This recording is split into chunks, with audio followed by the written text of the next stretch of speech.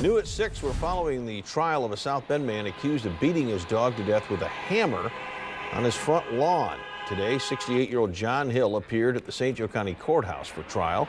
16 News Now reporter Jack Springate joins us live from the courthouse to tell us what we learned today. Jack?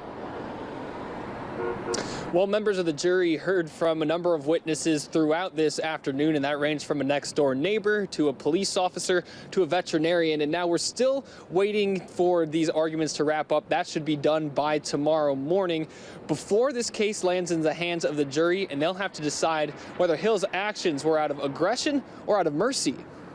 The prosecution leaned on direct testimony from a neighbor who made the 911 call after seeing Hill from his window using a hammer to hit a dog. That's the dog a police officer says she found whimpering under a blanket of snow when she arrived. The dog eventually had to be put down. The officer identified a hammer with dog hair on it found inside Hill's home. The officer showed the jury this evidence as well as body camera footage during her response to the 911 call.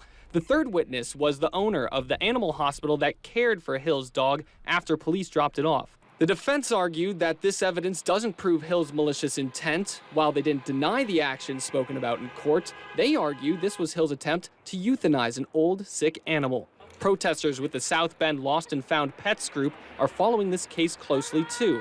They arrived outside the courthouse an hour and a half before the trial even began. They say the max penalty for this crime isn't enough, even if Hill is convicted. And that's why we're here today.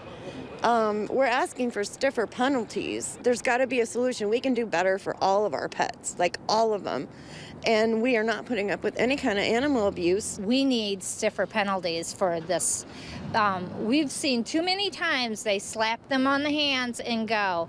This isn't right. Hill is charged with torturing or mutilating a vertebrate animal. He faces 6 months to 2.5 years if convicted on this level 6 felony.